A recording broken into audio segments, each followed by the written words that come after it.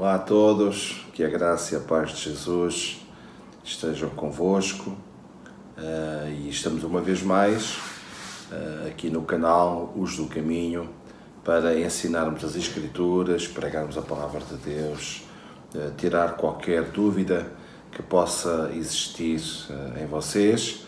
Para isso terão que enviar uma mensagem com a questão, com o que for, e estaremos disponíveis sempre a responder a todas as solicitações. Hoje eu trago uma mensagem para a Igreja e dei como tema Avivamento Precisa-se. Apenas meia dúzia de conceitos que todos nós iremos perceber da necessidade de Deus, de Jesus, avivar a sua obra.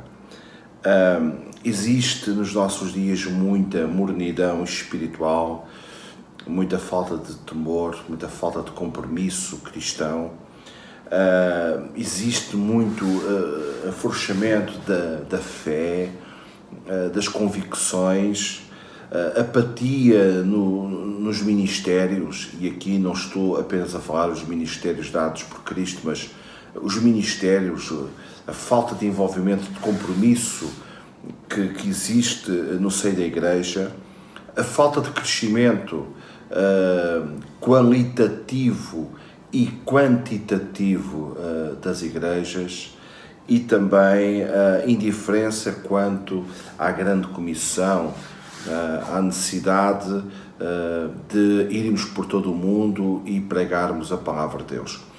Por estes itens e outros que com certeza muitos poderão pensar, nós sabemos que estamos a viver os últimos dias e que Deus promete uma grande colheita. Assim, a nossa oração deverá sempre ser a oração que Abacuque fez, e está lá registado no capítulo 3, verso 2, quando ele diz: ouvi, Senhor, a tua palavra e temi.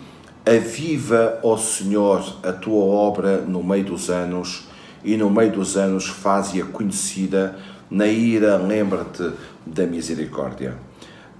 João, o evangelista, ele escreveu no seu evangelho, no capítulo 15, verso 26, quando vier o Consolador, que eu da parte do Pai vos enviarei, o Espírito da verdade que procede do Pai, ele testificará de mim.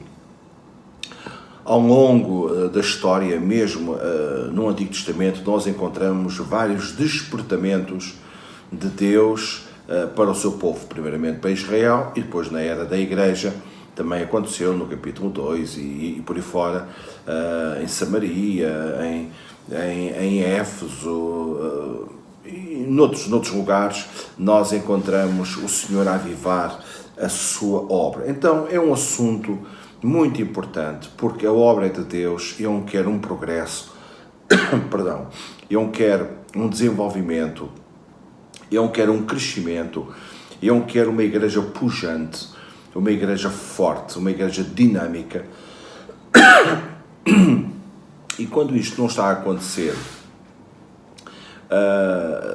Ele aviva, e isto tem acontecido ao longo da história da igreja, em várias localidades, em todos os continentes, em várias épocas, usando diversos homens que trouxeram, claro, Deus renova, Deus aviva, mas Ele usa sempre os seus servos e servas para o despertamento do seu povo. Nós encontramos que na Bíblia Sagrada que foi Jesus quem determinou o modo como enviaria o avivamento sobre os seus discípulos. Lá em Atos 1:4 encontramos que, em certa ocasião, estando comendo com eles, ordenou-lhes: não vos ausenteis de Jerusalém, mas esperai a promessa do Pai, a qual disse ele: de mim ouvistes.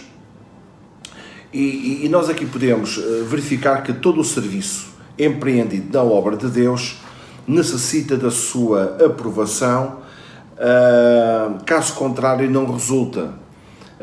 O Senhor poderia muito bem, após a ascensão ou antes, quando Ele está no monte e foi recebido à destra do Pai, ele poderia dizer, olha, eu vou para o Pai, comecem já a grande comissão, a evangelizar, vão por todos os lugares e anunciem a minha palavra. Mas não foi isto que aconteceu.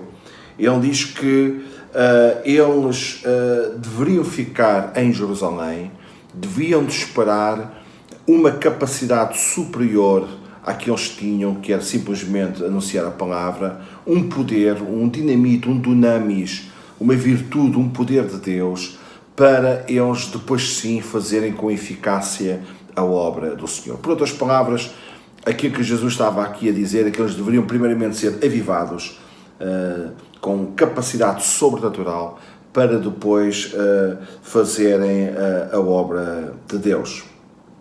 O serviço cristão, ele torna-se eficaz com a direção de Deus e o seu poder derramado.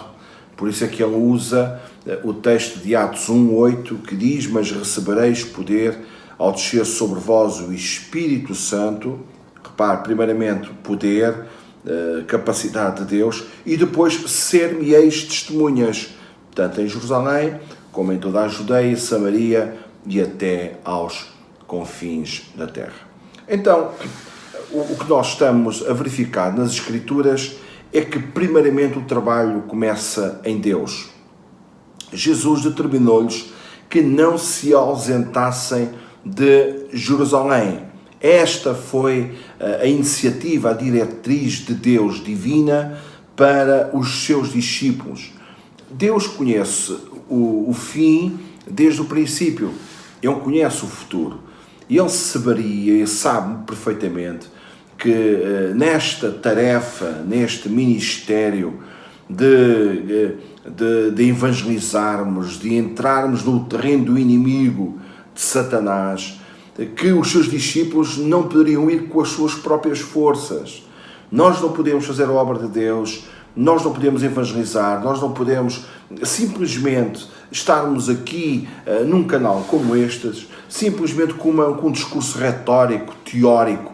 Não, tem que haver em cada um de nós uma capacidade, uma unção, um poder de Deus para fazermos a sua obra, para realizarmos a sua obra, para que a obra se torne eficaz, porque mais logo vai se levantar as forças adversas, as forças do inimigo que combatem, que guerreiam contra tudo aquilo que é de Deus e vão tentar impedir.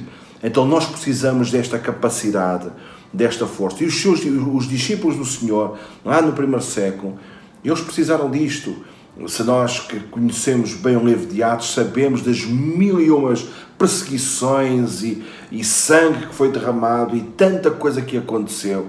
Se não fosse esta capacidade sobrenatural, a Igreja não teria qualquer futuro. Morreria mesmo à nascença. Então, o Senhor dá esta diretriz, começa por aqui, começa com uma ordenança, uma vontade de Deus: ficai em Jerusalém até que sejam revestidos de poder. Não haverá avivamento fora da vontade de Deus. Eu não sei qual seria o desfecho de tudo isto se os discípulos desobedecessem, se os discípulos fossem pelas suas forças. Com certeza não haveria sucesso, com certeza a derrota aconteceria, com certeza que a Igreja estaria hipotecada, pelo menos na forma como o Senhor tinha planeado acontecer naquele tempo. Portanto, muita coisa era alterada.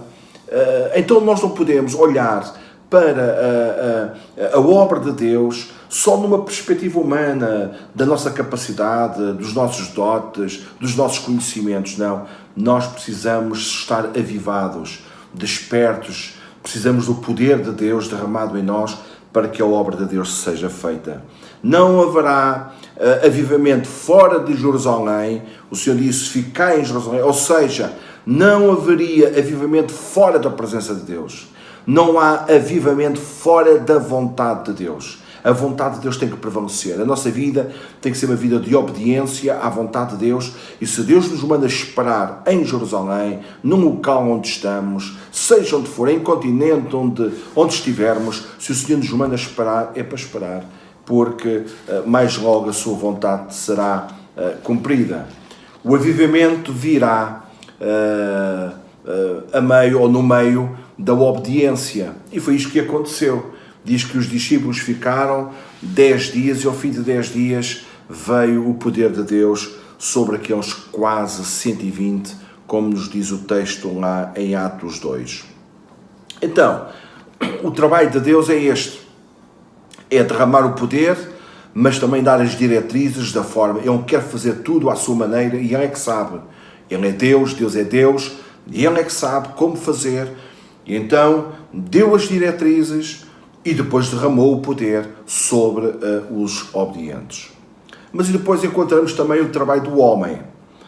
No versículo 4, diz que os discípulos tinham que esperar a promessa do Pai. Está lá em Atos 1, 4.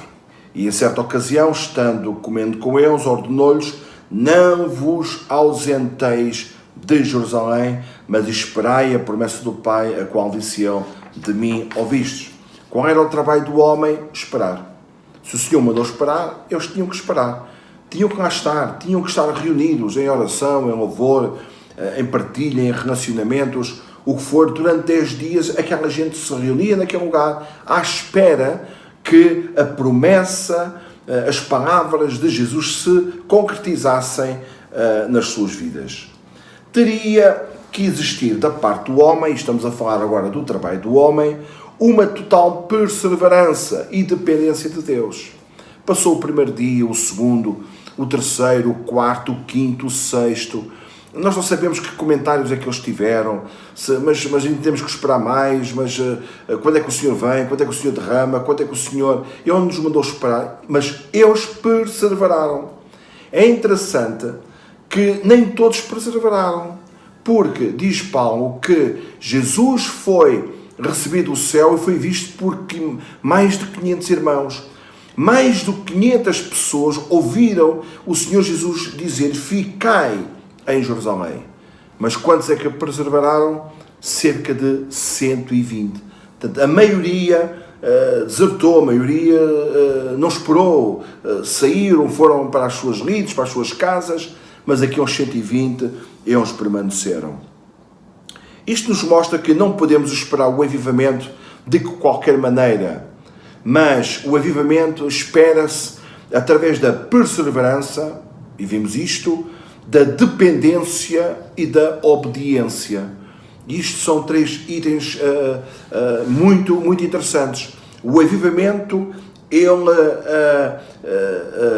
espera-se, ele acontece para vidas que perseveraram, vidas que acreditam, vidas que anelam, vidas que sabem que não precisam, que sabem que não podem ministrar, não podem servir, não podem cumprir o plano de Deus, a grande comissão, o que for, nas suas próprias forças. Então, nos seus lugares, nas suas igrejas locais, nas suas casas, nos seus quartos, com os joelhos dobrados, o que for, eles esperam, estão anelantes para que Deus avive as suas vidas. Há uma dependência, ou seja, há uma entrega total do homem. Há uma rendição da nossa vida para aquilo que Deus quer fazer com cada um de nós. E depois é a obediência à voz do Senhor. Se o Senhor nos manda esperar e buscar e nos rendermos e estarmos perseverantes, Ele irá derramar a sua presença. Josué capítulo 3, verso 5, diz assim: disse Josué também ao povo: santificai-vos, pois amanhã fará o Senhor maravilhas no meio de vós. Há uma preparação. E esta mensagem tem isto mesmo. Tem esta intenção de nos alertarmos, para nos prepararmos. Se nós vivemos a obra de Deus, eu falei no princípio que há necessidade de um avivamento por causa de uma das coisas: frouxidão, mornidão, indiferença, apatia, tudo isto no âmbito espiritual, no âmbito da igreja, no âmbito das coisas de Deus. E se existe isso na nossa vida, mas nós sabemos que Deus tem mais. Não nos sentimos confortáveis com o estado das coisas, como está a igreja. Nós que estamos a viver este tempo de pandemia, vemos tantas pessoas cheias de medo, não saem de casa, nem aos cultos vão, tanto racionalismo, tanta coisa no mundo físico, material, que fala mais alto do que os princípios de Deus. Se nós nos sentimos inconformados com tudo isto, nós estamos no ponto certo para que Deus possa avivar, porque Deus está com aqueles que sentem a sua obra, que vivem a igreja, que vivem o reino de Deus. O mais importante, tomem nota, isto que nós estamos aqui a fazer neste canal, quando nós pregamos nas igrejas, nós estamos a investir no reino de Deus e vamos colher na eternidade. É um investimento de vida para a eternidade. Se tu sentes-te inconformado, tu estás no ponto certo para buscares a Deus. Tens que te preparar, tens que o buscar, tens que orar, jejuar, clamar ao Senhor: Senhor, aviva-me, faz-me de mim um servo, uma serva poderosa nas tuas mãos. Faz de mim alguém que tu queiras usar. Muitas vezes à nossa frente vemos tanta névoa quanto ao nosso ministério, quanto ao futuro do nosso ministério. Esse é o ponto certo para nós nos rendermos ao Senhor e deixarmos Ele avivar a nossa alma, porque Ele precisa de gente obediente, Ele precisa de gente predisposta, disponível para que a sua obra se faça. Há uma diferença enorme entre avivamento e fraqueza espiritual. O avivamento é, na verdade, o contraste para uma vida fraca, uma vida pobre no sentido espiritual, uma vida frouxa de todo. Existem grandes diferenças entre as vidas avivadas e aquelas que não têm o poder de Deus. Diz lá este texto, lá em Atos 2:1-4, cumprindo-se o dia de Pentecostes, estavam todos reunidos no mesmo lugar, e de repente veio do céu um som como de um vento impetuoso e encheu toda a casa onde estavam assentados. E viram línguas repartidas como que de fogo, as quais pousaram sobre cada um deles.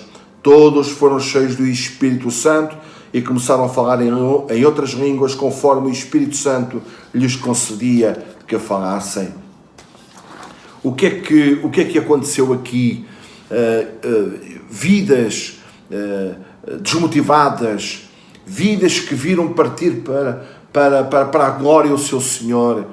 Antes disto, vidas temerosas, discípulos com medo dos judeus, gente acovardada, gente que não tinha forças para dar a cara, nem sofrer pelo Evangelho. Mas a partir daqui vemos uns discípulos e uma igreja poderosa, prontos a morrerem, a darem a sua vida. Aliás, eles sofriam perseguição e alegravam-se por serem dignos de padecer em nome do Senhor. Coisas tremendas aconteceram neste livro de Atos dos Apóstolos e ao longo da história da igreja e até nos nossos dias, onde o Senhor está a avivar a sua igreja, coisas tremendas acontecem. Assim, o avivamento, o que é que começou a produzir? Admiração pelos que estavam de fora.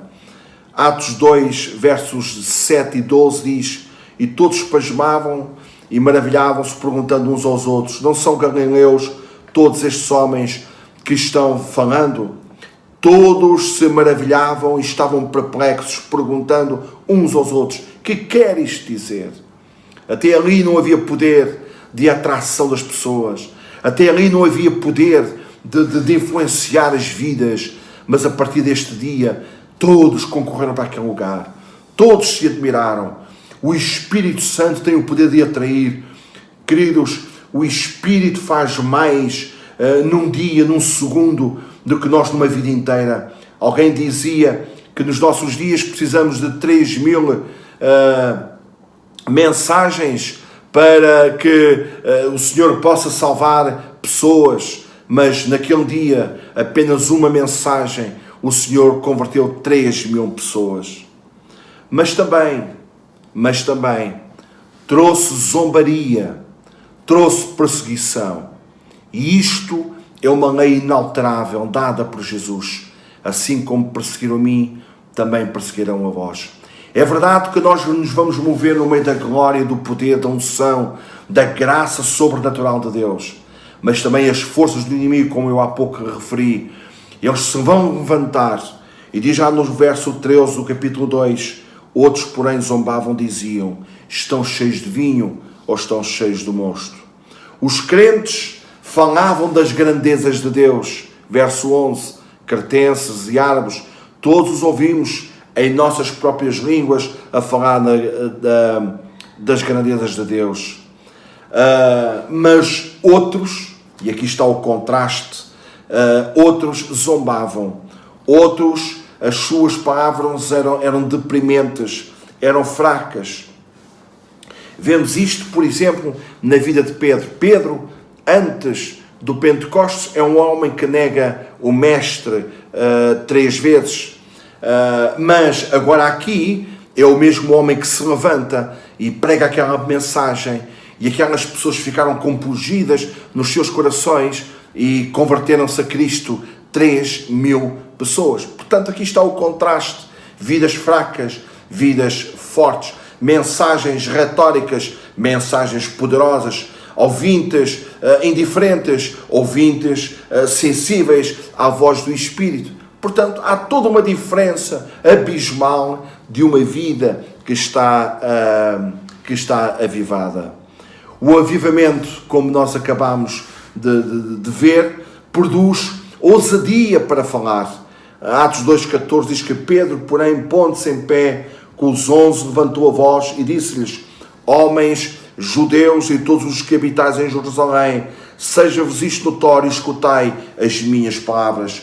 Pedro, depois de ser cheio com o Espírito Santo, não temeu a afronta religiosa da altura, mas falou com ousadia. Antes não era assim. Antes estava lá escondido na casa com medo das autoridades religiosas. Mas aqui, agora depois do poder de Deus, do sobrenatural de Deus, diz que ele ficou cheio e com ousadia falava a palavra de Deus. Já não aconteceu quando Jesus andou na terra. Diz que lá em Mateus 26, 57 e 58, os que prenderam a Jesus conduziram-no à casa do sumo sacerdote Caifás, onde os escribas e os anciãos estavam reunidos. Pedro os seguia de longe. Este mesmo Pedro, antes seguia de longe, com medo, com receio de represália, mas aqui, ousadia pura, total, para pregar a palavra de Deus.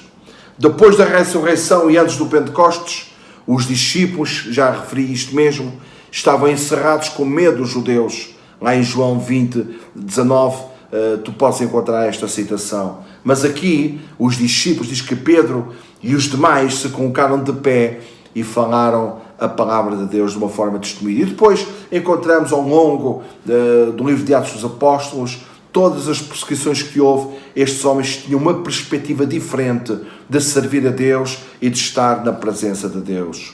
Uma mensagem avivada produz compungimento de corações e vidas transformadas pelo Espírito Santo.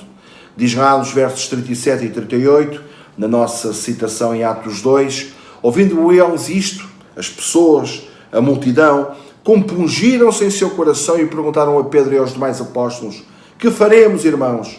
Disse-nos Pedro: arrependei-vos e cada um de vós seja batizado em nome de Jesus Cristo para perdão dos pecados e recebereis o dom do Espírito Santo. Aonde encontramos multidões convertidas a Cristo antes do avivamento.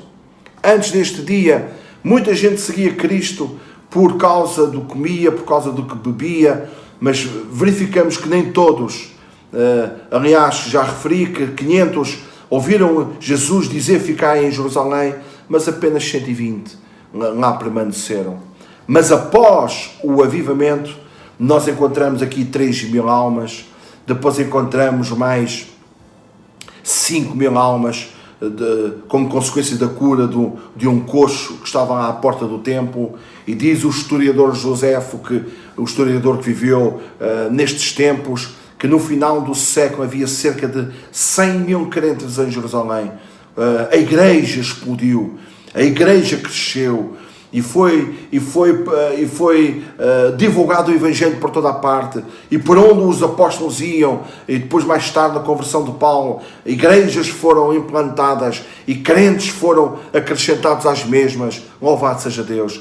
Nós precisamos mesmo de ser avivados para que haja um despertamento nas igrejas dos nossos dias. Nos dias de Jesus, as multidões seguiam não por sentirem necessidade para as suas almas, mas sim pela comida e pela bebida. Mas a partir de hoje, a partir deste dia, no dia de Pentecostes, a igreja tomou uma outra perspectiva e entrou numa outra dimensão de crescimento. Ao longo da Bíblia, nós encontramos consequências do avivamento para a unidade da igreja.